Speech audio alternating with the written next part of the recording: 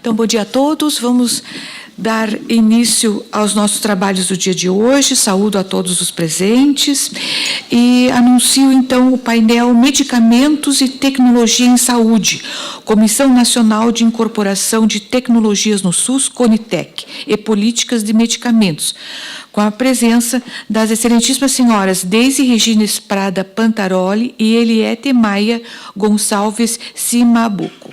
Então, apresento as painelistas, a doutora Deise Regina Estrada Pantaroli. Ela é especialista em gestão de sistemas de saúde, em gestão de assistência farmacêutica no SUS, pela Escola Nacional de Saúde Pública. Graduada em Farmácia Bioquímica e Industrial pela Universidade Federal do Paraná. Responsável pelo Departamento de Assistência Farmacêutica da Secretaria da Saúde do Estado do Paraná. Já a doutora Eliete Maia Gonçalves Cimabuco é MBA em Economia e Avaliação de Tecnologias em Saúde pela Fundação Instituto de Pesquisas Econômicas, especialista em Direito Médico e da Saúde pelo Centro Universitário Barão de Mauá, coordenadora e professora do Instituto Paulista de Estudos Bioéticos e Jurídicos e atua no Departamento de Gestão e Incorporação de Tecnologias em Saúde do Ministério da Saúde. Então, vou passar a palavra à excelentíssima senhora Deise Regina Estrada Pantaroli, que abordará o tema assistência farmacêutica, gestão, incorporação, consórcio Paraná Saúde. Doutora, a palavra é sua. Obrigada. Posso já falar de lá, doutora Marta? Pois não, pois não. Com licença. Então, eu sou a Deise, farmacêutica da Secretaria de Estado da Saúde, e gostaria inicialmente de agradecer, o convite para estar aqui com vocês hoje. Acho que sou uma estranha no ninho hoje, uma farmacêutica entre os magistrados. Bom dia, doutora Luciana. A senhora que me fez estar aqui hoje, isso, junto com o doutor Gibran, que é com quem eu tenho maior convivência nessa área. Então, o desafio é falar para os senhores um pouquinho do que a gente vive na gestão da assistência farmacêutica, trazendo assim o painel, a política nacional, e depois também trazendo alguns dados aqui do Paraná. Dizer para os senhores que eu não sou professora, então vou procurar falar realmente do meu dia a dia e da nossa prática. Vamos lá, começar com a tecnologia a nos ajudar aqui. Bom, essa é a agenda da apresentação. Vamos passar rapidamente pelo um pouco do nosso contexto histórico da assistência farmacêutica, alguma coisa do marco legal. Aí, sobre a assistência farmacêutica propriamente dita, elenco de medicamentos no SUS, os componentes, a política um pouco da oncologia, a organização da assistência farmacêutica no Paraná e as demandas judiciais, um pouquinho aqui também do Paraná. Eu já me acalmo, tá, gente? É só o começo que é um pouco angustiante, tá bom? Bom, como começa a assistência farmacêutica, então, no contexto do SUS? Nosso histórico é lá da SEMI, criada em 1971, bem antes propriamente da política da assistência farmacêutica, quando existia no país um órgão, então, que pensava em distribuição de medicamentos, muito mais na linha dos medicamentos básicos e destinado àquelas pessoas que tinham mais dificuldade, inclusive financeiras, e de acesso a medicamentos. A SEMI traz assim, um objetivo de atender aquelas pessoas que tinham realmente dificuldades financeiras, voltada inicialmente para a questão dos medicamentos mais básicos e da assistência mais até feita pelos próprios municípios na época. Então, nesse contexto das pessoas com maior necessidade. Então, a SEMI perdurou nessa linha por muitos anos. Ela é extinta, na verdade, só em 1997. Logo na sequência dessa questão dessa estratégia, em 83 é quando a gente começa a ter no país alguma disponibilização de tecnologia com uma diferenciação de medicamentos um pouco mais avançados ou de custo um pouco maior. É quando surgem os primeiros medicamentos dispensados em caráter excepcional, que foram a eritropoetina, no caso, para os renais crônicos, e o próprio hormônio do crescimento. Foram os 2 primeiros medicamentos que vêm na linha do que hoje a gente tem, né, do componente especializado. E por isso que era em caráter excepcional, porque ele saía daquela padronização inicial da SEMI, e com um custo também bastante diferenciado e para situações muito específicas. Não vou discutir com os senhores, a Constituição Federal, né, em 1988, traz, então, um marco, né, importante para o país.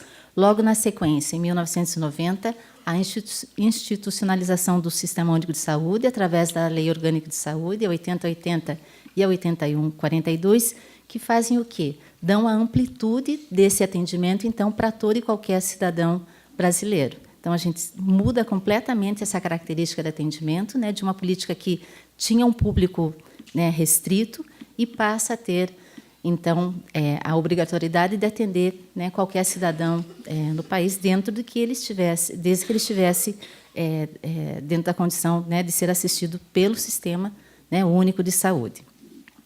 Vejam que leva, né, desde a promulgação da Constituição em 88, só em 1998 é que a gente tem a nossa política nacional de medicamentos. A gente tem um espaço de tempo bastante importante nisso, né? Por quê? Porque até 1997 a SEMI ainda continuava, né, a fornecer esses medicamentos básicos. O programa de medicamentos excepcionais toma mais corpo, oferece alguns outros medicamentos. O Ministério da Saúde já oferecia os medicamentos para aquelas doenças consideradas estratégicas, né? E só com a extinção da SEMI, na verdade, em 1997, a SEMI é extinta por graves problemas de corrupção, né? Isso também acontecia lá. E só então, em 98, a gente se depara com a atual política de medicamentos, o que a gente vive até hoje, né? E que vem tentando, então, melhorar e implementar. Em 2004, a gente tem também um marco importante na assistência farmacêutica, que é a Política Nacional da Assistência Farmacêutica, que é dada por uma resolução do Conselho Nacional de Saúde. Então, a partir daí, a gente realmente considera que a gente começa a ter, né, a base para fazer a política de assistência farmacêutica que nós temos hoje. Uma política importante também na nossa área, um marco é a definição dos blocos de financiamento, a Portaria 204, que hoje está sendo revista, mas a assistência farmacêutica passa, a partir de 2007, a ter um bloco de financiamento exclusivo, o que não existia antes. Então, recursos garantidos para a área para a gente fazer a execução dessa política. Do ponto de vista de organização, isso é bastante importante, porque a gente, na gestão, como são muitas as áreas da saúde, a gente, não é raro a gente disputar, né, internamente os recursos orçamentários e financeiros. Então, quando a gente começa a ter, né, a definição de um bloco só para assistência farmacêutica, isso nos ajuda bastante, né, a organizar o acesso a medicamentos no Estado e, consequentemente, no país. Em 2010, nós temos uma portaria também bastante interessante, que é da Organização das Redes de Atenção à Saúde, né, onde há uma proposta de interação entre os diversos serviços de nível primário, secundário e terciário, né, e como o usuário deve permear esses serviços para que ele possa ter, né, o seu atendimento de forma integral. Em 2011, né, a Lei 12.401, o Decreto 7.508, também trazem assistência farmacêutica com bastante ênfase no que diz respeito à incorporação de tecnologia, né, e como deve se dar o acesso a medicamentos. Em 2012, apesar de já existir há bastante tempo, a RENAME traz a RENAME, que é a Relação Nacional de Medicamentos, né, os senhores devem conhecer, traz uma característica um pouco diferenciada, né. Até esse período, a RENAME trazia mais os medicamentos considerados essenciais. E, a partir de 2012, a RENAME passa a ser a nossa Relação Nacional de Medicamentos disponíveis no Sistema Único de Saúde, o que nos ajuda muito, né, a dividir, né, com todos os atores, né, seja da área de saúde ou não, como que está organizado e o que existe, né, de disponibilidade de medicamentos dentro do SUS. E as duas portarias mais recentes que norteiam a organização da assistência farmacêutica são a 1555, que vai falar do componente especializado, e a 1554 do CEAF e 1555 do componente básico da assistência farmacêutica. quando a gente chega aqui, a gente vê que a gente devia ter deixado letrinhas bem grandes no slide, né? Mas eu ainda enxergo. Ah, que bênção. Obrigada. Aqui é só um resumo do que eu falei, né? Se vocês, né, tiverem depois interesse, só para organizar a questão das políticas desse contexto. Bom, e se a gente está falando em assistência farmacêutica, nós vamos falar do quê? Né? Do conceito que está, então, na própria resolução do Conselho Nacional de Saúde. Obrigada. Né? A assistência farmacêutica vai tratar das ações voltadas à promoção, proteção e recuperação da saúde, né, tanto individual como coletiva, e que tem no medicamento o seu insumo essencial, mas visa o quê? O acesso e o uso racional desse medicamento. Essa é a nossa missão. Opa. Aqui falhou a figurinha do ciclo. Tinha uma figurinha bonitinha. Eu vou passar sem a figura, mas dá para a gente, né, discorrer sobre a organização. Então, a disponibilização de medicamentos começa, né, em que etapa? A da pesquisa e desenvolvimento de um produto. Né? Isso normalmente é feito pela indústria farmacêutica e que, né, trabalha no mundo inteiro com essa finalidade. Quanto custa pesquisar, quanto custa desenvolver, é uma incógnita. Né? Acho que esse é uma das grandes interrogações na vida da gente, porque esse custo de pesquisa e desenvolvimento se reflete depois no custo do medicamento a ser ofertado em qualquer mercado. Então, mas dependemos, né, basicamente disso para que a gente tenha novas tecnologias e possibilidade, né, de cura, ou pelo menos de qualidade de vida, né, das diversas patologias que a gente tem hoje no mundo. Depois da pesquisa e desenvolvimento, vem uma fase bastante importante, que é a questão do registro sanitário. Então, também, né, em vários países existe a questão de, para aquele medicamento, né, poder ser comercializado dentro do país, ele precisa passar por uma análise de uma agência. No caso do Brasil, essa agência é a Agência Nacional de Vigilância Sanitária, a Anvisa. A partir daí, concedido esse registro, e não sei se a Eliette depois vai complementar, a gente tem uma outra fase, além do registro, que é a questão da regulação do preço, né, que no país é dado pela CMED. Não é muito incomum a gente ter o medicamento registrado e ainda não ter o preço, né, na CMED, o que também dificulta um pouco a questão da comercialização. Então, tão importante quanto o registro é ter esse preço na CMED para que o produto possa ser, né, ofertado. Depois a gente vem para a fase da produção, ainda na mão da indústria farmacêutica. Né? Então, também, às vezes, né, um medicamento é registrado, tem preço na CMED, mas a gente tem dificuldade, né, na questão da oferta dele no mercado, né, por alguma dificuldade da indústria. A partir desse medicamento estar disponível, para dentro, então, da organização do Sistema Único de Saúde, começamos com a fase da seleção. Dentro de todos os itens que estão registrados hoje na Anvisa, né, o que nós, dentro do Sistema Único de Saúde, vamos selecionar para oferecer, né, para os nossos usuários. Uma vez selecionado, aí são definidos os elencos ou as listas, né? É necessário que se faça uma programação, ou seja, que se estime esse quantitativo a ser adquirido, e aí são várias as metodologias que a gente pode utilizar. Passamos para a fase de aquisição, para a fase de recebimento, armazenamento, depois distribuição, quer dizer, compramos, né, recebemos, vamos distribuir as nossas unidades. Aqui vem um ponto bastante importante, que é o ato da prescrição. Aí entra, né, o elemento do médico, normalmente, né, com base num diagnóstico, vai fazer a indicação do uso daquele medicamento. Depois disso, esse paciente tem acesso à dispensação, né? E após essa dispensação, não é aí que acaba a nossa tarefa, né? O paciente teve acesso ao medicamento corretamente prescrito, em tempo oportuno, né? Mas ainda assim é preciso acompanhá-lo.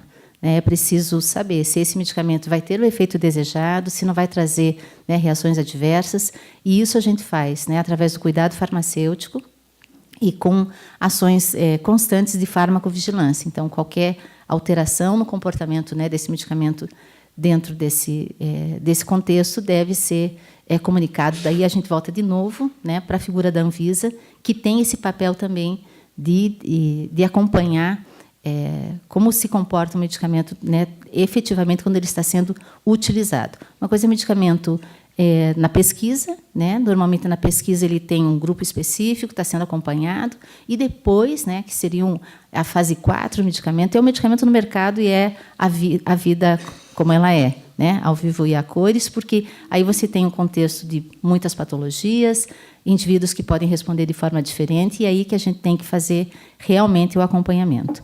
A gente ainda tem a possibilidade, né, de, por não utilizar esse medicamento, ter que fazer o descarte, e isso tem que ser feito de forma adequada, né, envolvendo aí a questão da logística reversa. Então, a partir da seleção, que é uma daquelas etapas do ciclo, do que a gente tem hoje no Sistema Único de Saúde, como que isso está organizado. Então, os medicamentos disponíveis para o tratamento, né, das doenças mais prevalentes, né, ou dos principais agravos, são aqueles que foram selecionados e encontram-se padronizados na RENAME. Então, a RENAME é a Relação Nacional de Medicamentos, como eu já disse. A última RENAME publicada é a de 2014, e lá os senhores vão encontrar, então, todos os medicamentos que o SUS disponibiliza. Tá? Acompanhado da RENAME, a gente tem outros instrumentos. O Formulário Terapêutico Nacional, o último publicado é o de 2010, e os protocolos clínicos e diretrizes terapêuticas mais voltados para o atendimento do componente especializado da assistência farmacêutica. Existem ainda, no SUS, outras normas, diretrizes, protocolos, como da AIDS, da tuberculose, né, não compilados, né, no livro mesmo ali do protocolo do CIAF, mas muitos regramentos em relação ao como deve se dar esse acesso dentro do Sistema Único de Saúde. Esse quadro é menorzinho, mas, em vez de ficar falando 5 ou 6 lâminas, a gente concentrou no quadro. A doutora Luciana gosta dele porque ele é mais condensado, né, doutora Luciana? Isso. Eu explicava e estava muito longe. Ela falou, quando eu pus no quadro, ela falou, acho que daí isso ficou melhor. Enfim, isso também acho que os senhores devem conhecer alguma coisa, né?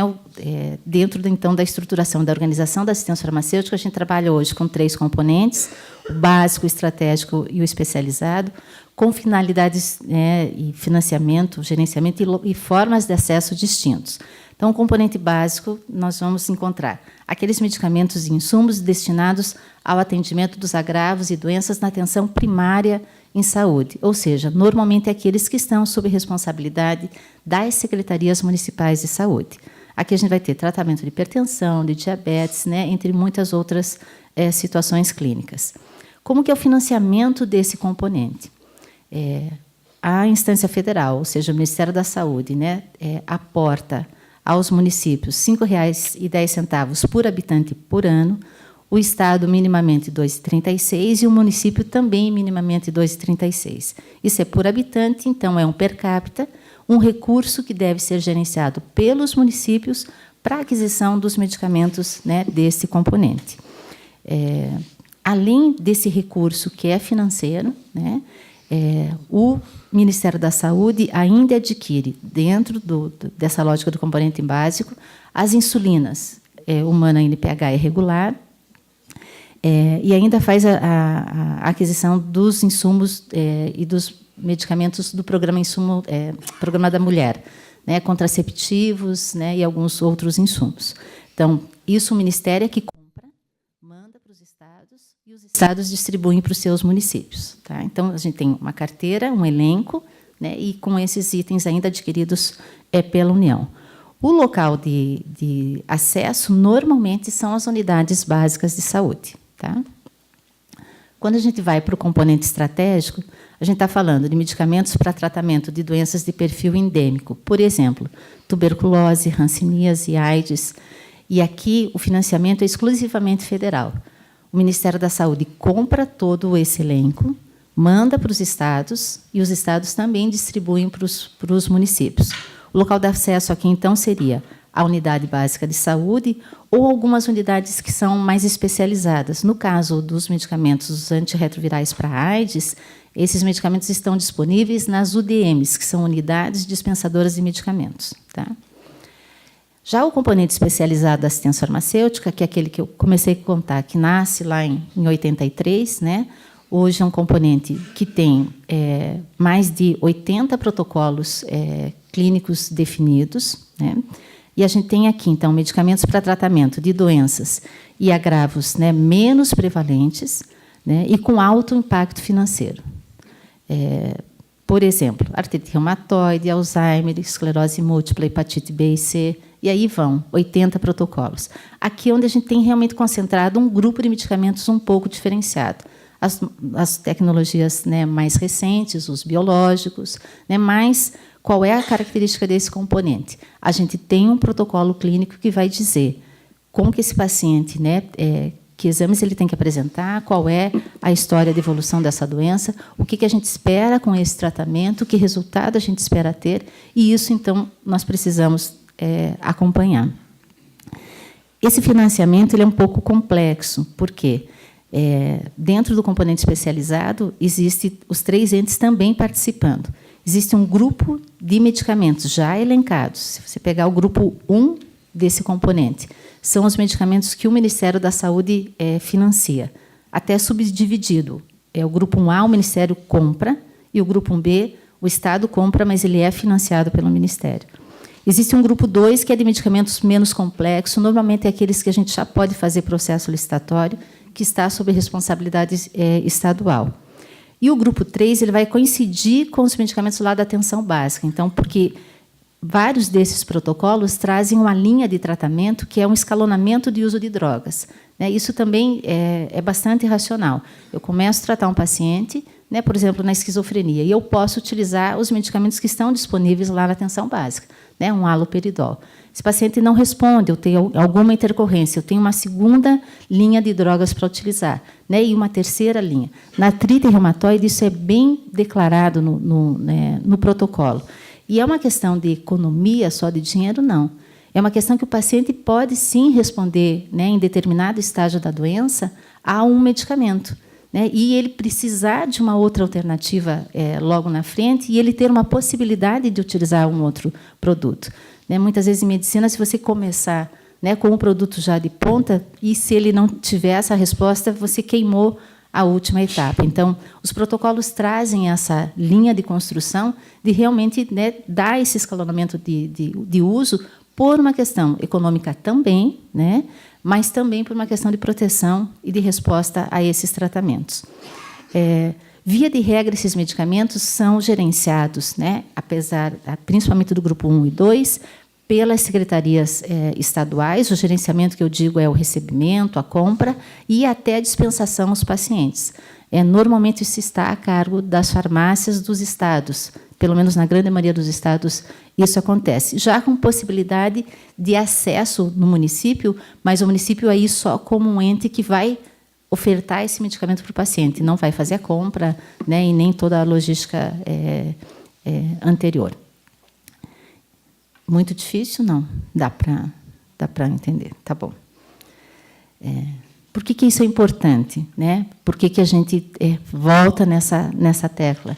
Porque aqui a gente tem uma organização em relação à responsabilidade pelo financiamento, que lá na frente reflete, né, até no ente que pode ser demandado por uma, né, juridicamente, por uma tecnologia.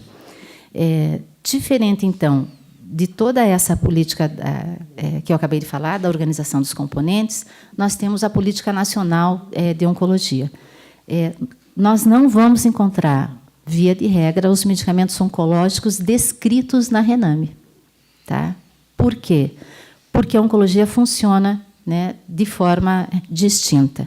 Então, nós temos uma portaria do Ministério da Saúde que regulamenta como funciona essa política, é a 874 de 2013. Aqui, os tratamentos, né, especializados na área da oncologia vão ser oferecidos por aqueles hospitais habilitados pelo Ministério da Saúde, como o NACONS ou CACONS. Tá? Então, via de regra, nem o Ministério, nem as secretarias municipais e estaduais de saúde vão fornecer diretamente esses medicamentos contra o câncer. Por quê?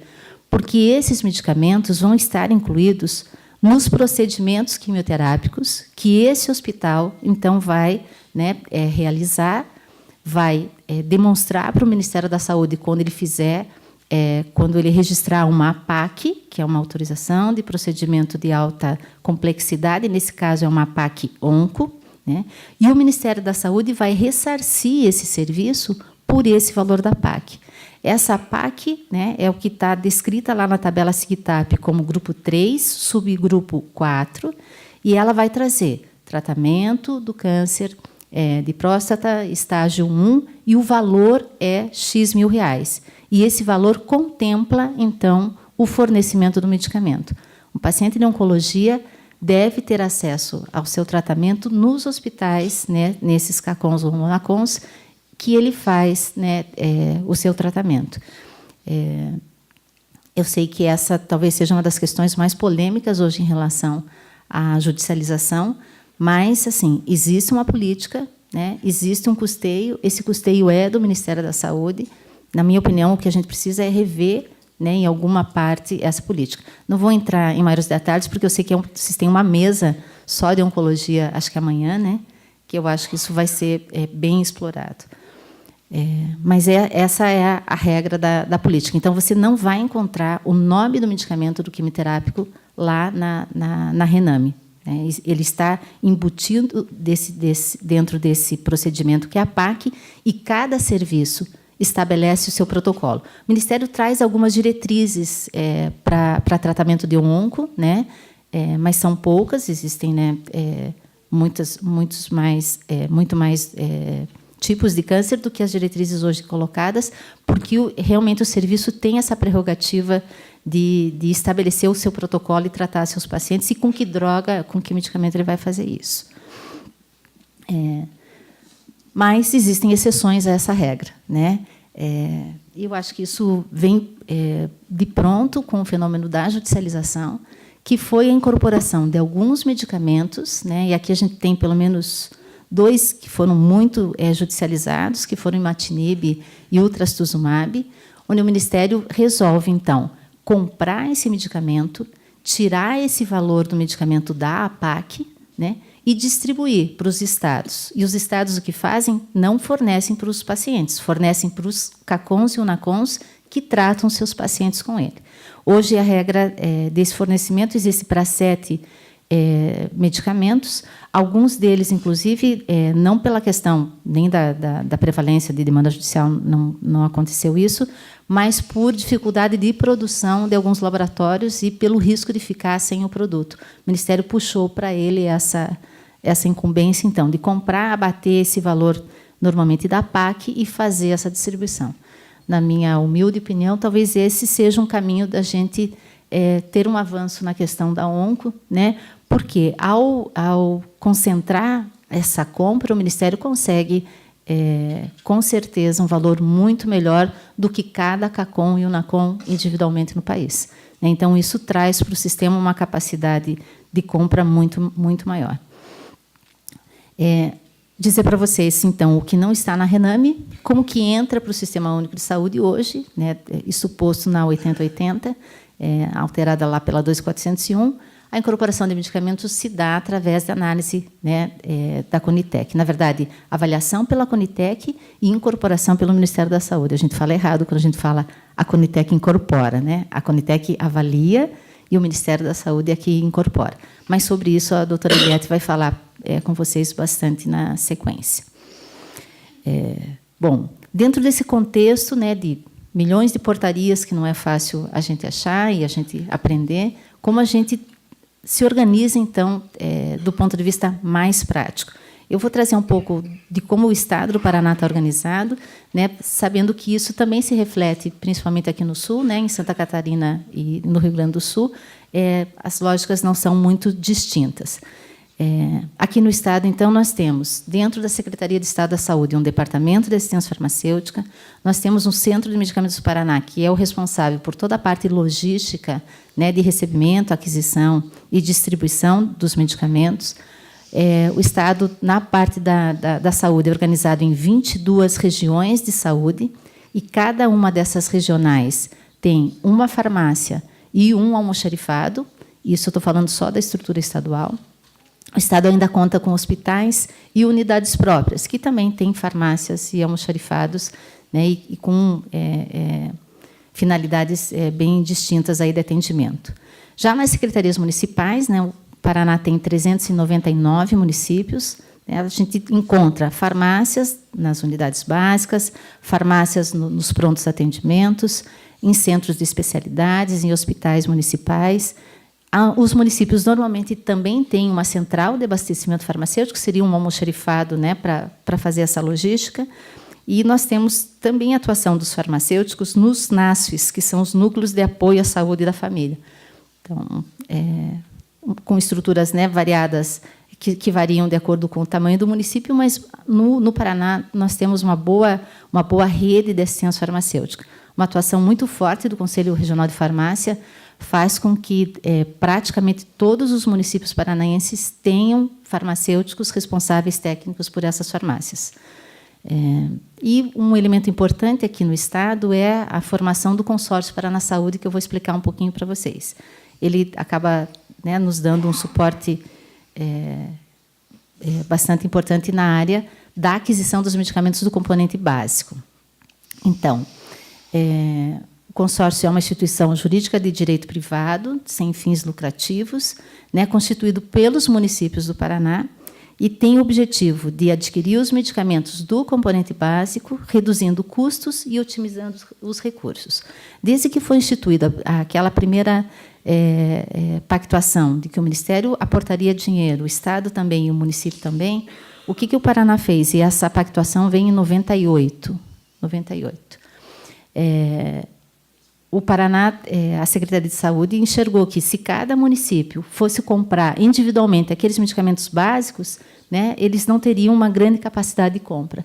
E, de pronto, então, já em 99, no meio do ano, em junho de 99, se constituiu, então, um consórcio que começa com a adesão de 361 municípios. E, dessa forma, em vez de cada município fazer uma compra, o consórcio compra para esses 361. Tá. Hoje, nós temos 395 municípios consorciados, então, só faltam 4 consorciar. Ponta Grossa está consorciando agora. Tá? Curitiba, Araucária, Ponta Grossa e Foz do Iguaçu são os únicos que não participam desse consórcio.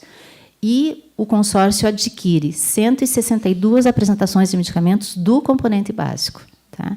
Então, isso para o município é uma grande ferramenta de aquisição. O consórcio compra, tá? O consórcio funciona com 13 pessoas. Ele faz praticamente todo o processo, né, das atas de registro de preço, usa somente atas de registro de preço, mas ele não recebe esses medicamentos. Então, quem recebe, ele compra, mas quem recebe são as nossas 22 regionais de saúde. Então, a Secretaria participa desse processo, ofertando espaço para o recebimento desse grande volume de medicamentos. E cada regional, ao receber isso, faz a distribuição para os municípios da sua área de abrangência. Tá? Essa é a lógica da distribuição. Na verdade, hoje o consórcio já está entregando os fornecedores em 50 pontos no Estado. Tá? Os municípios maiores e todos os municípios sede regional recebem diretamente esses medicamentos. Ao longo dos anos, então, a gente tem ali um histórico de 2011 a 2016, o número de municípios, né, que vão sendo consorciados. Agora, em 2017, a gente já está com os 395. O recurso financeiro ele está parado desde 2009, apesar da portaria ser de 2003, não há ajuste nesse recurso, o que vem tirando capacidade de compra dos municípios. Tá? Principalmente o federal e o estadual, eles não têm se modificado. O que acontece é que o município acaba aportando mais recurso próprio para fazer frente à aquisição desses medicamentos da atenção básica. Vejam que a gente tem um valor financeiro que até aumenta, mas o número de unidades da contrapartida federal e estadual juntas, que o consórcio gerencia, a gente está comprando menos unidades com o mesmo recurso, lógico. Né? A gente tem um crescente, a inflação e a correção dos preços, tudo, e isso se reflete nessa quantidade adquirida. O que acontece aqui no Paraná é que o município também pode, através de convênio, consorciar, utilizar colocar a sua contrapartida no consórcio. E isso vem aumentando o número de municípios que também colocam a sua contrapartida no consórcio, e esse declínio, então, do número de unidades adquiridas com a contrapartida federal e estadual tem se compensado com o aporte que os municípios têm feito. O consórcio tem gerenciado a compra de praticamente 1 bilhão de unidades de medicamentos para atenção básica por ano aqui no Paraná. É um grande volume que dá essa, né, possibilidade, então, de atendimento da população dentro desse componente. O consórcio coloca os seus preços lá no banco de preços em saúde, e a gente traz aqui alguns exemplos bem interessantes. Aqui é uma média ponderada, todos esses dados o próprio preço, o banco de preços já calcula. Uma amoxicilina, por exemplo, que o preço do consórcio é 41 centavos, o comprimido, a média ponderada do banco de preço é 60 centavos. Uma budesonida de 64, 13,60 pelo consórcio, 30,99 pela média ponderada do banco de preços. Então, isso traz realmente uma capacidade, né, de compra muito grande e benefício de você, com aquele recurso, comprar mais medicamentos, né, pelo município. Então, a estratégia, que já tem aí 18 anos, acho que bastante consolidada, tem acho que Alagoas tem um recorte, mas para poucos municípios que faz a mesma coisa, mas nenhum outro estado tem essa mesma estratégia de aquisição, de concentração desse recurso. Em relação, então, à organização na SESA, né, como um todo, a Secretaria tem trabalhado nos últimos anos na estruturação das suas redes de atenção à saúde, né, a Mãe Paranaense, Paraná Urgência, Rede de Saúde Mental, Rede de Saúde Bucal, dentro da lógica, né, que é preconizado pelo Ministério, né, que são das redes de atenção à saúde. E, para dar suporte a essas redes, vários programas têm sido desenvolvidos, né, com recursos próprios da Secretaria, né, desde a atenção primária, dos hospitais próprios, apoio aos consórcios. 5 minutos, meu Deus. Dentre eles, o Farmácia do Paraná, que é o Programa da Assistência Farmacêutica. Eu achei que você ia me avisar com 10, eu estou mais tranquila. Vou apurar um pouquinho. Dentro desse, então, do programa Farmácia Paraná, a gente trabalha com o eixo de estruturação, de qualificação e de custeio. Não basta a gente ter só medicamento, a gente precisa ter estrutura para armazenar, né, estrutura para atender esses pacientes e qualificar os nossos profissionais para isso. Nessa linha, a gente está trabalhando aqui no Estado a reestruturação das nossas farmácias, né, dando ambiência, dando condições para esses usuários serem atendidos. Nós já reformamos 14 das nossas 22 unidades, e, com isso, atendemos os pacientes do componente especializado. Vejam que, em 2009, nós tínhamos 72 mil usuários cadastrados no Paraná, dentro desse componente. Fechamos 2016 com 146.876 usuários no Estado. Isso significa acesso, isso significa, né, organização, e quanto melhor a gente atender, mais pacientes a gente vai atender. Eu acho que é para isso que a gente trabalha. A gente fechou 2016 com 173 mil usuários cadastrados, tanto no componente especializado como nos programas especiais que a Secretaria gerencia. Esses programas seriam medicamentos destinados ao Paraná Sem Dor, que a gente trata a dor, fibrose cística, um complemento para tratar os pacientes de AIDS, nas doenças oportunistas, e um programa estadual que trata os diabéticos tipo 1 com análogos de insulina. Tão importante quanto o medicamento, eu já falei isso, é atender esses pacientes de forma diferenciada, né? Saber qual é a farmacoterapia que eles estão utilizando, se eles estão fazendo uso de, né, se eles são polimedicados, como que a gente avalia a efetividade e a segurança desse tratamento. E, nesse sentido, nós começamos no Estado com o consultório farmacêutico e com o cuidado farmacêutico. Fizemos um piloto na nossa maior farmácia e hoje já temos isso estendido para outras 5 farmácias no Estado. Valores, doutor Gebran, são os valores que o senhor copia depois.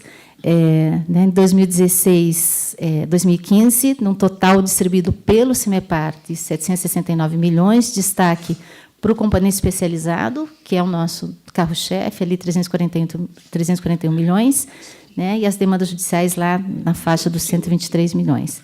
Da mesma forma, em 2016, um aumento aí para 967 milhões em distribuição, cresce, né, praticamente tudo, o componente especializado também, a demanda judicial. E a gente tem grandes desafios, né? Estruturar os nossos serviços, qualificar os nossos processos de trabalho, né? permanentemente educar os nossos, qualificar os nossos profissionais, a implantação do serviço de cuidado farmacêutico de fundamental importância e, principalmente, fazer uma gestão eficiente dos nossos recursos. Só uma palhinha, então, do que é a demanda judicial hoje no nosso Estado. Nós temos a primeira ação em 99, esse gráfico traz, né, desde as ações de 2001, e aqui eu estou falando do número de ações que a Secretaria recebe para fornecimento de medicamentos, tá? Só na área de medicamentos. Em 2016, 5.000 ações. Agora, esse ano, nós já recebemos 2.449, dados até o final até o dia 23, quando eu fechei essa informação. Então, nós vamos, se a coisa vai nessa onda, nós vamos chegar ali, provavelmente, nas 5.000 ações também esse ano. Né? Só que, desse total, aqui é o número de pacientes que entra ano a ano. Nós trabalhamos hoje com 12.000, né, pouco mais de 12.000 ações, pacientes em situação ativa. Então, já recebemos mais de 26.000, mas ativos hoje, 12.000 pacientes atendidos na demanda judicial. Da mesma forma, os valores financeiros, né, os últimos, e aí, para mim, fica mais difícil de enxergar, mas eu sei que ano passado era 162, eu acho que está ali. Né, e esse primeiro semestre, praticamente os 93,4 milhões de reais só destinados à demanda judicial para atender esses 12.000 pacientes. As nossas demandas, praticamente 30% delas dizem respeito, eu estou falando em valor financeiro, a medicamentos destinados à oncologia, né, o que não seria uma competência exatamente da Secretaria Estadual, 12% do valor financeiro dessas demandas relacionados a medicamentos sem registro na Anvisa. A gente gerencia 1.434 apresentações para atender esses 12.000 pacientes. Para os senhores terem uma ideia, nós gerenciamos 800 apresentações de medicamentos para atender os 16 hospitais da nossa rede hospitalar. Então, aqui a gente tem uma variedade, né, muito grande de medicamentos. Quase 500 dessas apresentações nós atendemos um único paciente. Né, 210 para atender 2 pacientes. Já vou para o final dizendo que somente 30 dessas apresentações atendem mais de 100 pacientes. Isso muda a escala, isso muda a lógica, isso muda a rotina, isso muda a logística, isso muda o contexto do que é fazer, né, atendimento e a organização da assistência farmacêutica. 79% dessas ações provêm da Justiça Estadual aqui no Paraná e só 21% da Justiça Federal. Num comparativo que a doutora Luciana me fez fazer esses dias, a demanda judicial, né, do que foi distribuído de janeiro a junho desse ano, e pelo número de pacientes cadastrados, a média, o custo na demanda judicial seria de R$ 6.700, enquanto no componente especializado, com aquele volume, com 130, quase 140 mil pacientes, o custo é de R$ 1.289, e aqui a gente está falando de escala, né, escala em uso, em protocolo, em critério para atendimento. E aqui eu trago, e já estou finalizando, uma diferença em escala é isso, né? Quando o Ministério da Saúde compra um medicamento e quando a Secretaria da Saúde compra um medicamento. E eu estou falando de venda de medicamento do mesmo laboratório para 2 entes públicos. Né? A prática de preços distintos que a indústria faz, né, ao considerar a escala. Nós já chamamos eles, né, isso não é ilegal, porque eles estão praticando conosco o preço exatamente da CEMED, com todos os descontos, mas acho que com diferenças, com índices que chamam muito a atenção. Então, é muito difícil concorrer, né, na grande escala de compra. Vai, doutor Clênio? Não. Então, acho que a gente tem um grande desafio, né? Como a gente efetiva o direito à assistência farmacêutica, garantindo uso racional de medicamentos, sustentabilidade do sistema, né, e os melhores resultados, tanto para o indivíduo como para a comunidade. Né? A gente tem grandes vazios, a gente reconhece isso, mas que a gente precisa, acho que num processo conjunto, né, construir esse caminho que está aí, em plena, nós estamos na lida, né? Estamos construindo um SUS que, né, pretende atender a todos dentro das políticas, das melhores políticas, com igualdade e com equidade. Acho que é isso, e obrigado pelo tempo estendido.